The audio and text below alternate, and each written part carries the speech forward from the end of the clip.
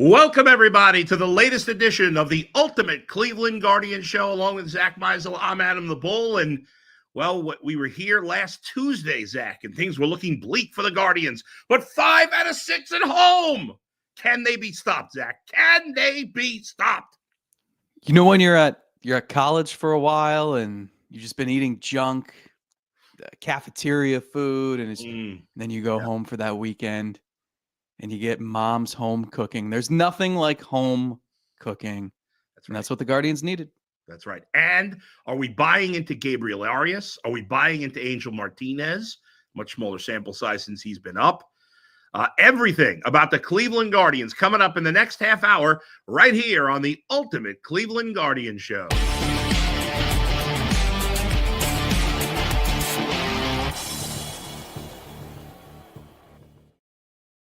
All right, Zach, we really haven't had baseball weather yet. I mean, well, I don't know. Is that really true? I guess baseball weather in Cleveland in April is what it is. But yesterday wasn't bad. Today's supposed to be nice, but the Guardians don't play today, of course. But you were at the park. I was not for this past week. So let's start with the vibe at the ballpark from opening day through the end of the Royals series this weekend, as the Guardians won the first 5 before losing the final game yesterday. I mean, it's the same every year, and it doesn't really matter if the team is expected to win 90 games or lose 90 games. You get That's fair. You get an awesome atmosphere on opening day. It's a different one. You know, we're used to like October 7th when the place is full and it's rocking, and it's certainly warmer than it is every year. The home opener every year, it's like 38 degrees and it's miserable. And I think what makes it cool is that fans still show up. And it's the one day where like you'll see tailgating at nearby parking lots. So, and then what inevitably happens is game 2, it's like a library. And it is really quiet, and you can walk anywhere you need to walk, and you're not going to fight a crowd. You can go get whatever concessions you need, and there's not going to be a line. There have been attendance issues in the past. There have been teams that the city is not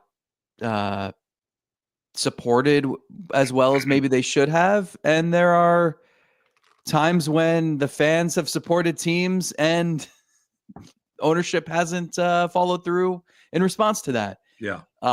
What I don't like is, and there are always some media members who do this. I feel like I've been guilty of it maybe years ago when I didn't quite understand how this worked. But you'll get media members who tweet like during the national anthem what the crowd, like the lack of fans in the stands on game 2 or game 3 when it's 37 degrees outside. And if you're buying tickets for your family members for Christmas or whatever, right? Like, are you getting them tickets to the game on April 9th, or are you going to get them tickets against a good opponent in June when it's enjoyable? Right. I'm there for free, so I can't yell at fans for not showing up for games 2, 3, 4, whatever. That's how it happens every year. You know, the next homestand, the weather will be a little better. You're going to get the Yankees and the Red Sox, and hopefully attendance will be a little better. But it's always funny. And I think this happens in a lot of places, but it's just, you get the full crowd opening day, and then it's, it's like everybody leaves town. It's particularly noticeable for game 2, because for game 1, especially in this case, when game 1 was a Tuesday, because it's not like game 2 is a Friday or Saturday, so maybe the crowd will be a little better. For game 1, for the home opener, you don't care that it's terrible weather. You don't care that it's a weekday afternoon. You don't care that the opponent's terrible. None of those things matter because it's opening day. But the next day, the fact that it's the White Sox, the fact that it's freezing cold, the fact that it's a weekday, these things all, a weekday during the school year, these things all factor in to why it's particularly bad the second day. And media members chiding fans for that is pitiful. If you want to complain about fans in terms of attendance, to me, that's more of a big picture thing if you're looking at it. But I agree with you. I think, yes, listen, the Guardians attendance overall, amazing. No, it's not amazing, but I do think that our fans have showed that if you're good, and let's put it this way, if ownership consistently had $150 million payroll, I'm not getting crazy. $150 million payroll with the guys they have running the team in the front office, the good managers they've had with Francona and now Vogt, and fans felt like they weren't going to lose every one of their good players every few years, even if they lost some, but not every one. I think attendance would consistently be significantly better than it is. So I blame ownership way more than I blame fans for when attendance overall, big picture, is down. I think perception matters with this kind of thing. And there are some fans out there, a decent chunk, who just they're anti ownership and they won't go to that ballpark until the ownership changes. And you're just not going to do anything to change their mind unless, as you say, they completely change their standing operating procedure. Mm-hmm. It's interesting. I was thinking back to remember when Chris Perez was ripping fans for attendance?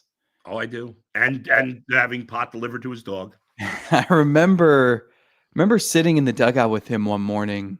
He actually, I guess, held a press conference with the 4 media members who were there. and we thought it was to apologize, and instead it was doubling down and really going after fans. And so I was just looking up. I was like, well, what time of year was that? Because that plays such a big role in this. And it was mid-May 2012. So remember, in 2011, when I know it was your first year here, they started 30-15, and everyone was like, oh my God, is this team actually good? And they weren't. That's right. Very little talent. I actually thought Manny Acta did a good job getting the most out of that group. They finished 80-82, and there's a little bit of buzz for the next season. But they still had Shelley Duncan hitting fourth, and he was buying into that team. So a lot of it is driven by it doesn't necessarily matter. Last season, I think what was so amazing about the attendance, and they were over 2 million fans for the first time in 7 years, I think, and they had more sellouts than they had in any season since 2008. And usually it takes time for people to buy in and people to believe, this team is legitimate. But what happened was they started off hot last year and stayed hot for the most part, or stayed in place. And I think that really helped fans buy in. During Terry Francona's era, so many years, they got off to slow starts. You wondered if they were good or just okay. And then they would turn it on in the second half. By that point, training camp started. People's attention are in different places. And it's hard to really, drive up attendance all that much. So when you get off to a good start, I think it changes a lot of things. But that first homestand, Chris Perez crying about attendance in mid-May, a team that ended up losing 94 games, that's falling on deaf ears. No, you're not. No, people aren't going to side with you. I mean, I just think. And the few people that will side with you, they're already going to the game, so you don't have to convince them. No, you're 100% right, Zach. And obviously I wasn't here at the time, and you were pretty young. How old are you? I don't even know how old you are. I feel old. My body feels old. What are you, 30-something? 35. 35. So, okay. So when the attendance streak started for the Guardians, you were 5 years old. Mm-hmm. Okay. And when I first moved here, I remember people saying, well, the only reason they had that streak was because the Browns were out of town. Well, okay, that's not complete. That can't be true, because the streak lasted longer than the Browns were out of town. Obviously, it was a factor. You don't need to be a genius to know that for at least 3 of those seasons during that stretch, it was a factor, and a huge factor, as to why the team sold out so often. However, what was also a factor is they had a great team with a lot of great players year after year after year. That played a role. I get it. Nobody's going to argue that the Browns are not going to take the majority of the dollars, no matter how shitty they are, every year. We understand that. It's something you just live with if you love baseball or love basketball. The Browns rule the town. But there is a place for, in my opinion, a Guardians team that consistently spends and at least makes the fans believe they're going to keep some of their good players that could.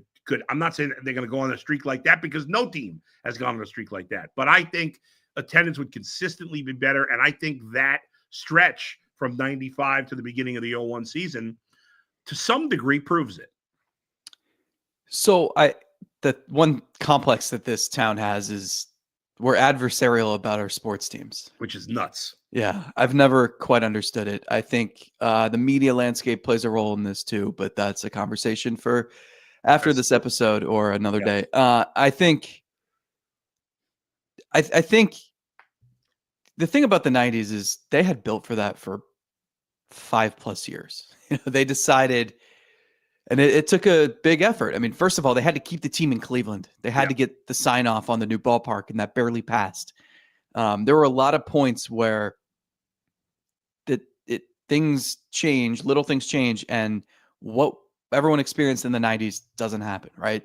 They get the ballpark passed. They had to build a farm system. I mean, for so long, it was one step forward, two steps back. Like you thought you had good teams at certain points in the 60s or the 80s.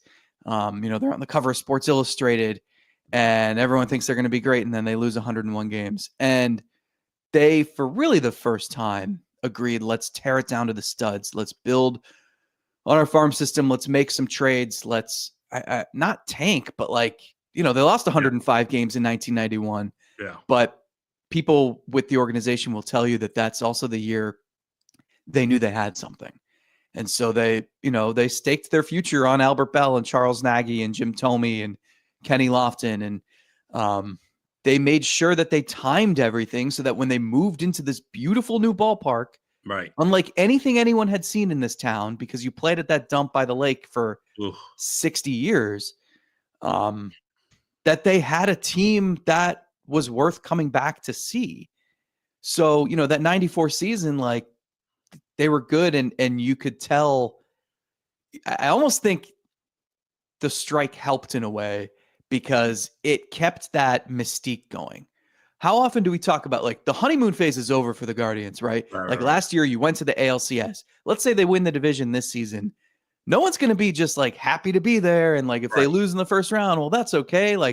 Their future is so bright. No, you want this team to go to the World Series. You want this team to go further than they did. And they want that too.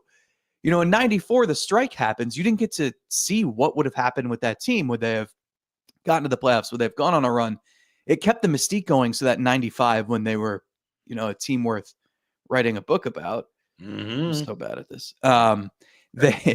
Everyone wanted to see it, and it started this wave of momentum that just, didn't go away for a while. Now, obviously, the Browns being gone helped extend that further, but it was, everyone will tell you, it was a perfect storm. Yes. And it's the people who, if you're in charge and you're trying to replicate that, it's never going to work. No. You can't. So it's, again, you can't use that as the standard.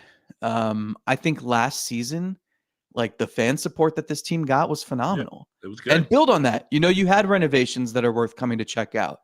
And maybe you have a team that can win the division again, even after an off season that was more head scratching than productive. Yeah. All right. Speaking of a team that could win, they did win this week. Before we get to that, folks, I got to talk to you about FanDuel.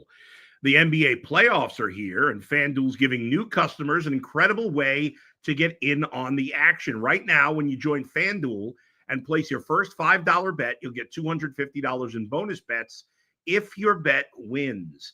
I love how FanDuel makes betting so easy, whether it's picking your favorite team or diving into player props. Don't miss out. Head to FanDuel.com/UCSS.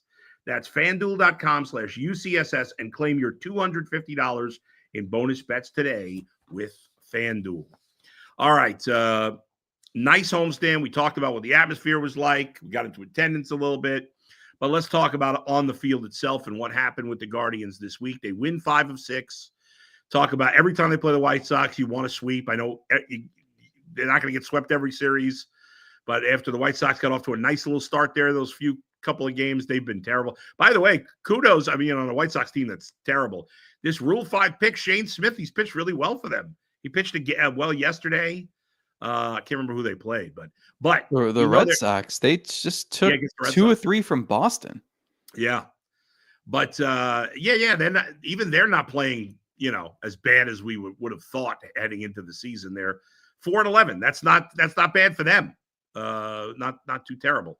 And they're actually 4-5 at home, but they can't win on the road. Anyway, the season has started overall in the American League versus the National League like we expected.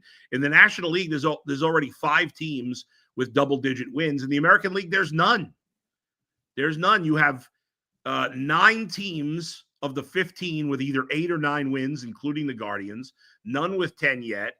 We thought all the divisions would be close in the American League. Again, we got a long way to go, but I think they will all be close. And, everybody was panicking about the Guardians a week ago, and now 6 days later, again, we know the White Sox are bad, and, we think the Royals are going to be good.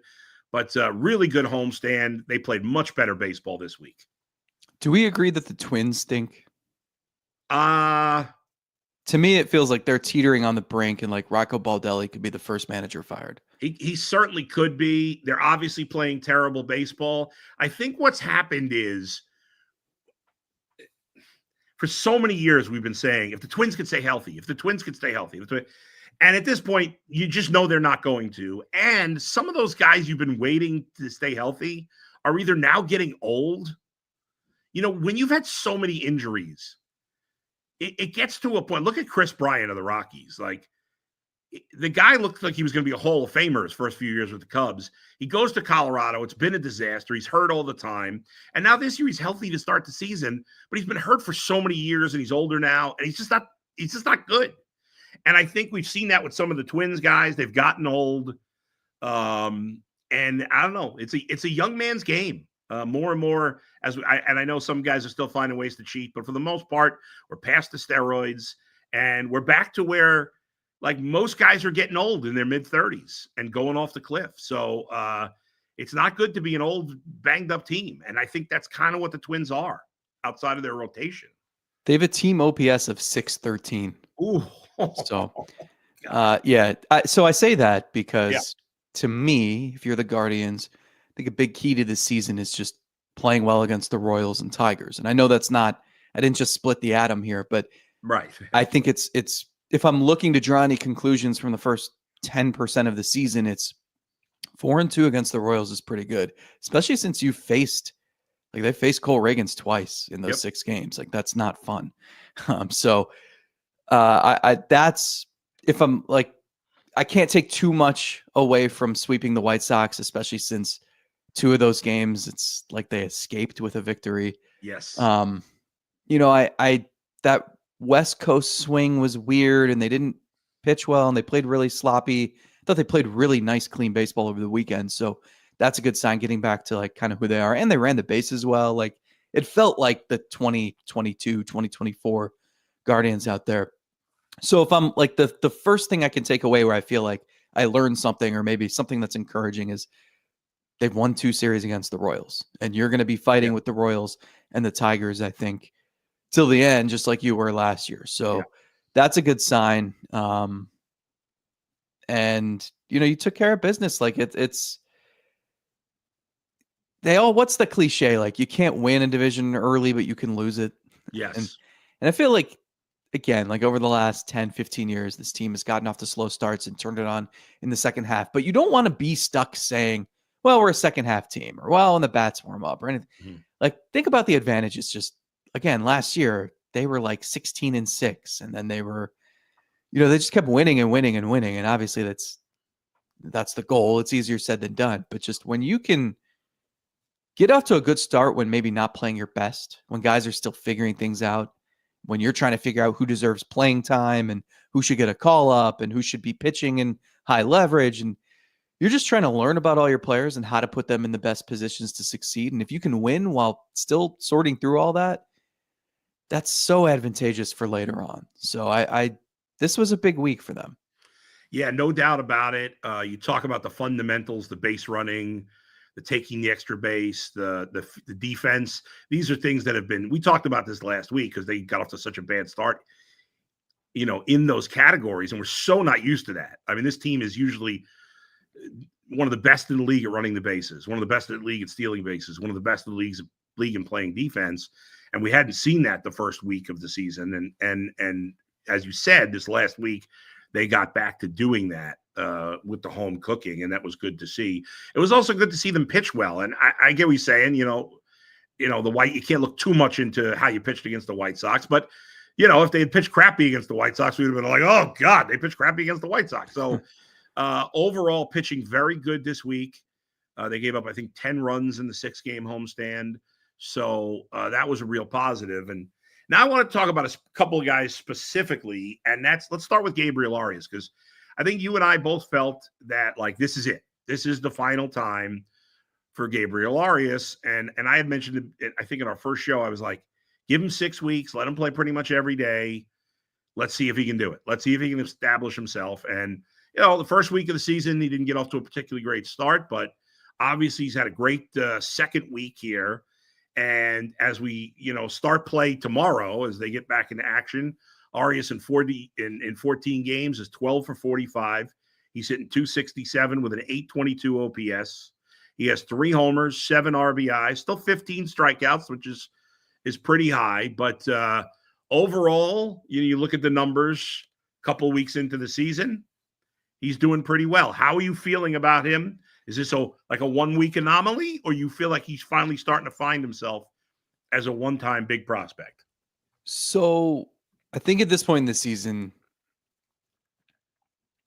baseball can be really misleading. I wrote about this today on The Athletic. You're examining these stats that change so much day to day, right? Oh, yeah. You go 0 for 4, it just kills you.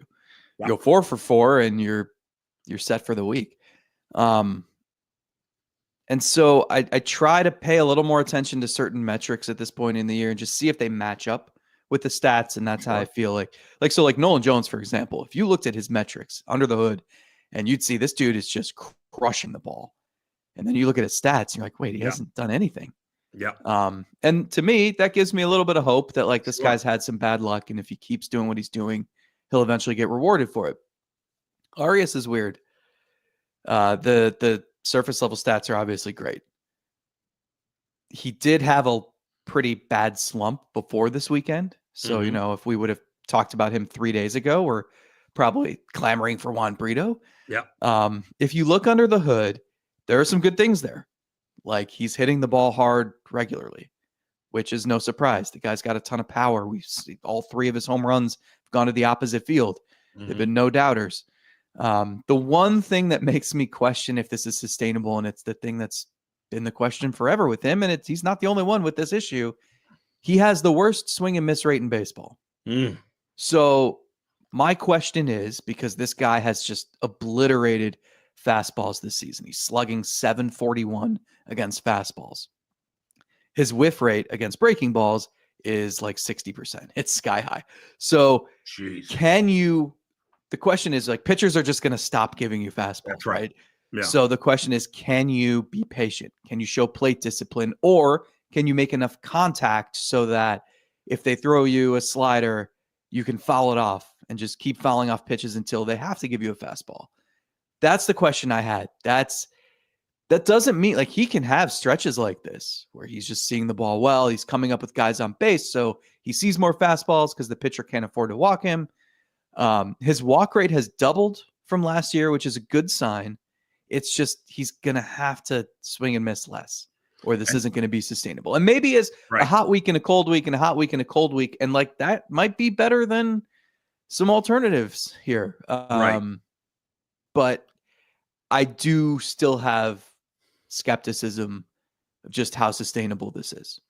Okay, I feel exactly the same way, and I didn't have those numbers, so that kind of lines up. And I have not been a believer in Arias. I still obviously want to give him another month probably to see what's what. That's the, young players have to make adjustments along the way. There's no doubt about it. Those numbers are, eye-poppingly good and bad. The problem is all the pitchers, all the teams have access to that information. It's not a secret that you and I are talking about and that the other teams don't know about. And eventually, if he cannot adjust, whether it's, as you said, make some contact or lay off those bad pitches, if he can't adjust significantly, well, then then the bad streaks are going to be horrible, where you can't even watch him play. And if you can only hit a fastball in the big leagues, you can't survive as a good player. I mean, that's it. That's all these guys that we call 4A players who like constantly come up and can't stay in the big league. That's because they can't hit anything but a fastball. If that's all you can hit, you can't survive in the big leagues. The thing he's done is he certainly bought himself time. And yes, I've been a skeptic. I'm way more intrigued by him. We haven't seen a stretch like this, really. No, from him. Maybe flashes a couple years ago, but so he's bought himself time, and not just like I think the one thing that hurts him is the guy who would take over for him next, probably Juan Brito, who like his big calling card is the guy draws like 80 plus walks a season at AAA. So he's got that plate discipline and more of a contact ability, and he hits for power now too. I'm really intrigued and curious to see what Brito can do against major league pitching. That'll come eventually. The one thing though is, if Brian Rocchio doesn't hit, you can slide Arias to shortstop. That's true. You can play Angel Martinez or Brito or whoever else at second base. Brito's got a 944 OPS at Columbus so far this season. 2 homers, 9 ribbies, 4 stolen bases, 6 walks, and 9 strikeouts in 65 trips to the plate. That's obviously very good. Those numbers are excellent so far. That's good. You're right, because Rocchio, who I think we all expected to kind of have a breakout season, has been off to a terrible start. Angel Martinez has come up. He's done a nice job, 5 for 10 so far since joining the big league club. Lane Thomas obviously hasn't played. What's going on there? I'm surprised they haven't put him on the IL yet. I mean, like, if he doesn't play by tomorrow, I don't know what are they? I guess they thought it wasn't as bad. He should be good. He should be good tomorrow. Oh, you think he's going to go? Okay. Yeah. Well, all right, fair enough. Just because it's a 10-day IL, so he's already missed what? 5? He missed the whole homestand, didn't he? Or even played the first game? Yeah, he missed the last 5 games. Yeah. So I think he would just have to miss the Baltimore series. Right. Yeah, well, that's right. Had they put him on the IL initially, but all right, you expect him to be back. So what happens with Angel Martinez? Is that it for him? I mean, he did this last year too. Remember, he came up and had a couple good games, and all of a sudden he was hitting second. Yeah. I think there's a role for him. Jose is going to DH once a week. You can sit Arias once a week. You can sit Rocchio once a week. You can sit Lane Thomas once a week. Santana. Yeah, there's definitely a way for Martinez to play 5 times a week. And I think, I don't know about you, I'm more intrigued by him than I am Schneemann. No, 100%. So 100%. Yeah, I don't see why Martinez couldn't stay. Yeah. Once Thomas comes back, because the excuse of, well, we want him playing every day, so we're going to send him to AAA, but he could play plenty. Yeah. If you keep him on the major league roster. So. And right now you don't have to set anybody down because Lane Thomas obviously isn't on the injured list. Yeah, I'm just saying in terms of, Martinez didn't make the roster and Jonathan Rodriguez did out of spring training because they wanted Martinez playing every day. Right. So if Thomas comes back, that doesn't have to mean the end to Martinez's playing time, and then you would make that swap. Right. I'm especially again, I know it's not a lot of at bats, but he's hot right now. I don't want to just, when you got a lot of guys not hitting, I don't want to just relegate him to the bench or AAA. I think he's been good defensively too. Yeah, he's done a great hitter. Job. Like he's interesting. Yeah, I'm not on this team. I'm not relegating anyone to the bench who's hot. They can't afford that in this lineup. Folks, did you know that Fire TV is also an Xbox? Zach knows that, of course. And turn any TV into your gaming and entertainment hub with Fire TV Stick 4K devices. No console required. Just grab your paired controller, subscribe, or sign into Xbox Game Pass Ultimate with EA Play included, and you're ready to play. Dive into hundreds of premium titles from EA Sports College Football 25 to Call of Duty Black Ops 6 and Avowed as easily as you stream your favorite shows. It's gaming made simple. It's all on your Fire TV. I love using my Amazon Fire TV. It's very easy to use. I use it. I don't do the Xbox myself, but I know millions of people who do, including my son. So I miss those days of playing video games. Yeah. Fire up MVP Baseball 2005 and just well, play it's for much better hours. graphics now, and you can get it all. Head to Amazon.com/Fire TV Locked On. That's FIRE TV LOCKEDON to get started. Xbox Game Pass Ultimate subscription and compatible controller required. Available on select devices, including Fire TV Stick 4K second generation, Fire TV Stick 4K Max first and second generation, and Fire TV Cube third generation. All right, Zach, let's get to the comments from the fans here. Marty says, one of the best live shows every week. Arya starting to come around or just good against the Royals. Clase looks like he needs a reset of some sort. Confidence is lacking. Obviously, that's the biggest thing we haven't talked about this week so far, so it's good that Marty brought it up. Emmanuel Clase, it is not pretty right now, Zach. What's going on with him? More earned runs. More earned runs allowed.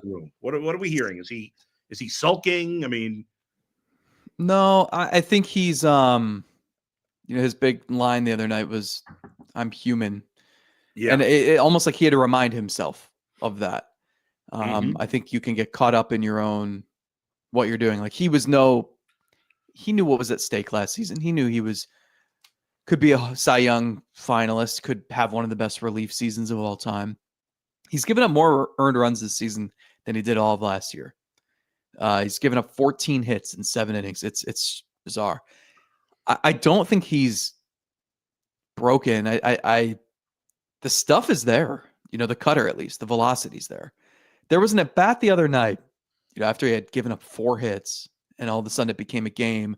They're warming up Hunter Gaddis. I couldn't remember another time when, during the regular season at least, when he was trying to save a game and they had someone else warming up to come in. I think it was Kevin Biggio was at the plate, and you could tell, like, sometimes Clase gets mad, and all of a sudden you look up at the radar gun and it's not 99, it's 102. And this happened where he threw like 100 and maybe he fouled it off, and then he threw 2 99-mile-an-hour cutters at the knees on the inside corner, and I was like, you can't touch that. That's an unhittable pitch. Yeah. And it just reinforced that this guy's just not hitting the spots. Because if you go back and you look at the 4 hits he gave up before that, they're all over the plate. Yeah. And I don't think he's had a feel for his slider. I think they want him to throw the slider more to try to get a feel for it. And so that hitters can't just assume, all right, this guy throws 99-mile-an-hour cutters over the plate. That's what I'm going to gear up for. In the past, his slider has been so lethal because it looks like that cutter, and then at the last minute, it just falls off, right? And so if he's hitting those spots like at the knees, like he did to Kevin Biggio with the cutter, and then he throws the slider and it looks like it's coming at the knees again, and you're like, well, I got to swing at this. It's going to be a strike. It's on the corner. And then it drops below the zone. You can't touch that. But he doesn't have that slider right now. So he's left with the cutter, and he's not hitting his spots. So you're getting cutters over the plate. And even though it's 99 with movement, people can hit that. So he's not giving up bombs, but he's giving up single after single after single. And until he commands better and until he gets that slider back, this is what you're going to see. He's given up more earned runs already than he did last year. He's given up more than a third of the hits he allowed already last year. In fact, if you go back, so last year, obviously, he pitched 74 and a third innings in the regular season, allowed a ridiculous only 39 hits, 10 runs, 5 earned. Since the start of last year's postseason, Emmanuel Clase has pitched 15 innings since the start of the postseason. He's given up 14 runs, all earned. He's allowed 26 hits in 15 innings going back to the start of last postseason. I mean, those numbers are just crazy. I don't know if there's any connection between the postseason last year and the beginning of this season, or it's just a coincidence he hasn't done well in either. It's bizarre. I mean, this guy had been as good as it gets. I get what you're saying about the stuff. I feel like he's in his head a little bit. Absolutely could be. Yeah. Because every time he struggles, it's not like If you're a starter and you have a bad first inning, you have 4 or 5 more innings to fix it. He's got to live with this. That's also why he wants to pitch so badly. They called down to the bullpen the other night. Remember, they were up 4-1, 3-1, and they were in position to tack on a couple more runs, and it wasn't going to be a save situation. And I think they had Seawald or somebody up just in case. It wasn't. And they called down to say, hey, if we score and it's no longer a safe situation, do you still want to pitch? Do you want the work? Yeah. And he, without hesitation, he's like, of course I do. Yeah. This guy wants to get back out there to fix it because you get 15, 20 pitches, and then you got to live with it until you get out there the next time. That's right. Derek Parslow, very excited about the Masters Polo. Everybody was going nuts. I didn't watch a second of the Masters. I know everybody was into it and loves golf. I have zero interest in golf, but what's your takeaway from – I mean, it was the biggest story yesterday. I just always imagine how quickly I would succumb to the heart attack if I was ever in a position with that much pressure to make a putt or a chip. You would? You don't think you could handle it? You're a pretty calm guy. No. I mean, you should see me tense up when it's just Nick Camino's money on the line. I can't believe it. You lose to Nick Camino? Never. No. Okay, good. But I'm still tense, needing to sink the putt. Caleb says, team played great last year. Fans bought in, and they still traded away 2 great players for nothing. And great's a little strong, but 2 good players for nothing. But that's what I mean when perception matters. Yeah, no doubt. That's frustrating. Kevin says, I think the updates to the ballpark make it easier for people to go socialize too. I haven't been yet. I got to, as soon as the weather warms up, I'm not going in this cold weather. Forget that. As soon as the weather warms up, I got to get out for a game. Luke, such a great start for Ortiz. Yeah, it's another thing we didn't talk about. Luis Ortiz, who was the big acquisition as part of the Jimenez trade, had a terrible spring training and a terrible start to the season, but he pitched very well over the weekend. That was encouraging. The 10 strikeouts especially were really nice to see because he did a lot of that late last season.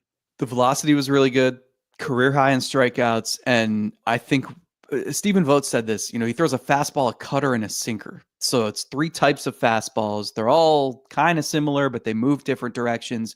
So when he's got command, you're guessing. Like, is it a fastball that's going to go like this? Is it a cutter that's going to go like this? Is it a sinker? And it doesn't happen until the last split second. Yeah. That's how you get 10 strikeouts. Yeah. It's also, if your mechanics are off at all when you're doing that, then everything looks the same. And, but that's the issue there. But there's definitely talent, and it was good to see. Let's see. Caleb, when you start naming players from those 90s teams, it is wild. All those players were together, legends. Listen, I've been watching baseball for 50 years, for 45 years since I'm old enough to remember. I can remember like 76, 77 is the first year I can remember. By far, that stretch of team with the Indians is the best team to not win a World Series. To me, of all the teams I've seen, especially if you could say, I'm not going to say like on a 1-year stretch, because that you had that Mariners team that won 120 or whatever they won. Like that 1 year, that Mariners team, you could argue might have been better than any of the individual, but over a stretch of time, for them not to win a championship with all that talent, and we'll never know, but if they had only traded Jarrett Wright, and I know Jarrett Wright was great that rookie year, but if they had only traded him, as they could have had Pedro Martinez. And if they had gotten Pedro Martinez, I'm pretty certain they would have won a World Series. But unfortunately, it wasn't meant to be. What are you going to do? It just sucks. Yeah, I mean, they flirted with Pedro, Kurt Schilling, Randy Johnson. Probably would have been the difference. It is interesting. Like I saw Kenny Lofton the other night, and looks like he could still steal 60 bases, by the way.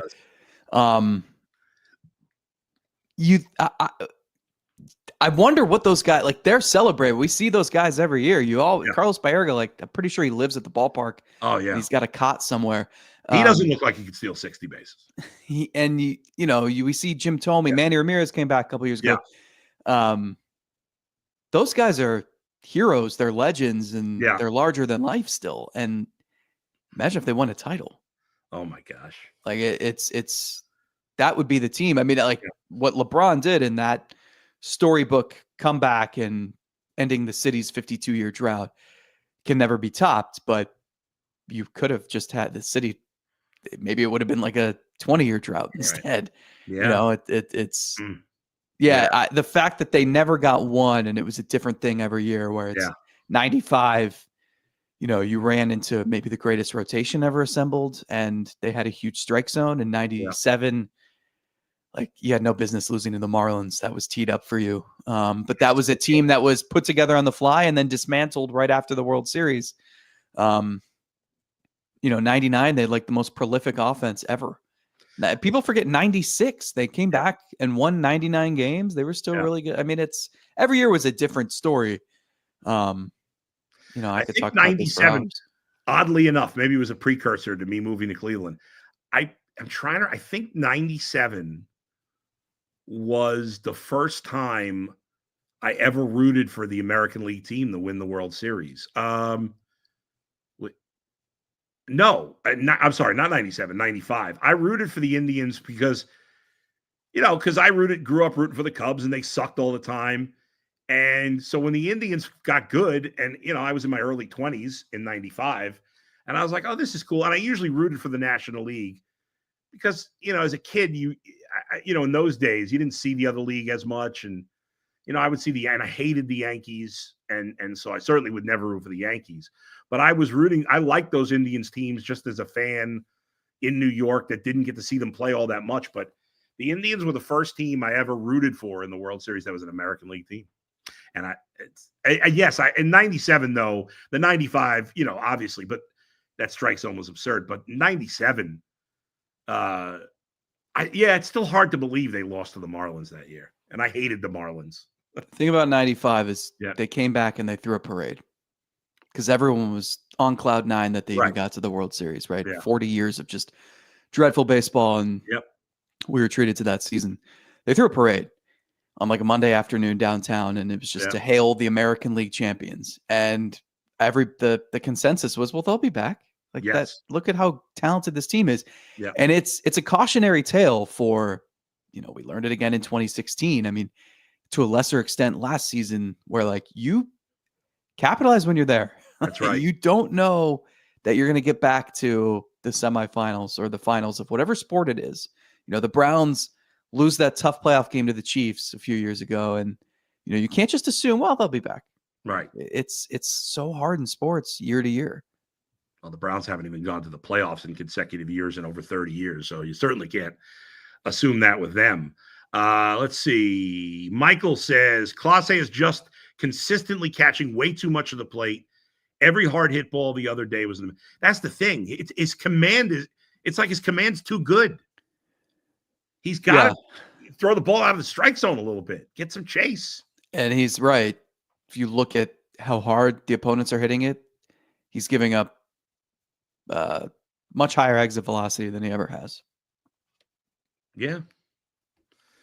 And then Big J Bone says majority of our favorite players in Cleveland history are not champions. Well, that's true. I mean, outside of LeBron and Kyrie and whoever was on that 2016 team, unless you're unless you're 75 or 80 or older, your favorite player is going to be a non-champion, or at least somebody didn't win a championship here.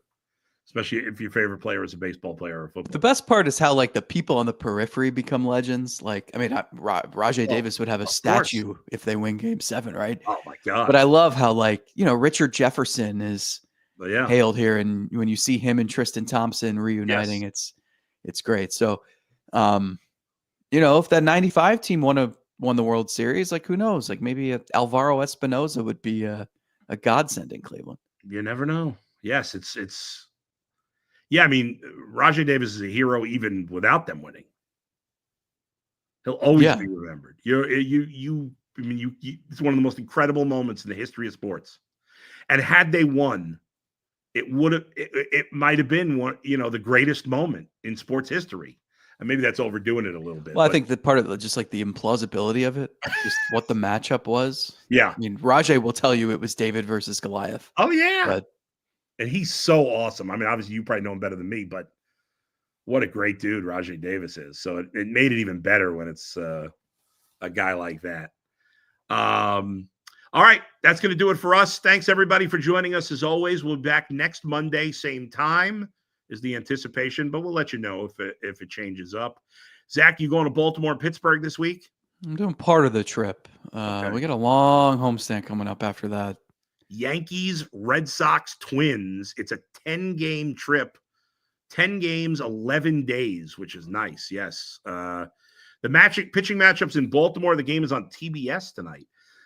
You got Logan Allen and Charlie Morton tonight. You got Gavin Williams and Dean Kramer on tomorrow. I'm sorry, tomorrow. They're not playing tonight. Allen and Morton tomorrow. Wednesday, Williams and Kramer. And Thursday is Tanner Bybee and Tomoyuki Sugano. I'm not sure how to pronounce his name yet. He's his first year in the big leagues. And they will face Skeens. Are you going to Pittsburgh or are you going to Baltimore? I'm doing Pittsburgh. Okay. So that'll be fun. Got to see Skeens, right? He's pitching Saturday next week. It's weird because, like, in a way, you don't want to face Skeens because he's a great pitcher and you don't want your team to have to beat him. But, you want to see guys like that in person. It's special to see a player with that much talent in person. It's a shame. The Pirates are they're a disgrace. We complain here about payroll and we deservedly so. But at least you got smart guys like the Pirates. They have this incredible. They're doing nothing to surround him with talent. Their lineup is absolute trash. You look at that team; it's a nice rotation. I know Jared Jones got hurt, but they got Bubba Chandler coming up. This Thomas Harrington, who was up for briefly, is not like they got good starting pitching, but the rest of the team, for the most part, is trash. They got a couple of nice hitters, but most of the lineup sucks and their bullpen sucks. They stink, even with these good young pitchers. They didn't spend a dime. It's just you could argue made some poor trades too. Yeah. There was an airplane that had a big banner that said "Sell the team" on opening day. They removed a Roberto Clemente. Oh yeah, that was so stupid logo or whatever, and tried to field corner discreetly do that. They trashed all they had, like Cleveland did. They had the bricks with, like, you could buy a brick dedicated to a family member or something, and like someone found them all in like a scrap pile. Oh my God. So like it's just one thing after another, and the owner is just can't be bothered. Everything's great. He doesn't care. I mean, and it's a beautiful ballpark. Mm-hmm. Beautiful. And if I was a fan, I would never go to a Pirates game. I will never understand the point. I mean, I know the point. The point is because you cash out one day and get this. Yeah, right. But I will never understand the point of ownership when you just neglect your team. Like you said, you have a beautiful ballpark. You've lucked your way into the best pitching prospect in years who should win a Cy Young tomorrow.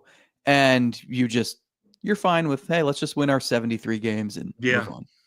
It makes no sense. It is absolutely pathetic. All right, folks. We'll see you all next week. Where else but right here in the Ultimate Cleveland Guardian Show. See ya.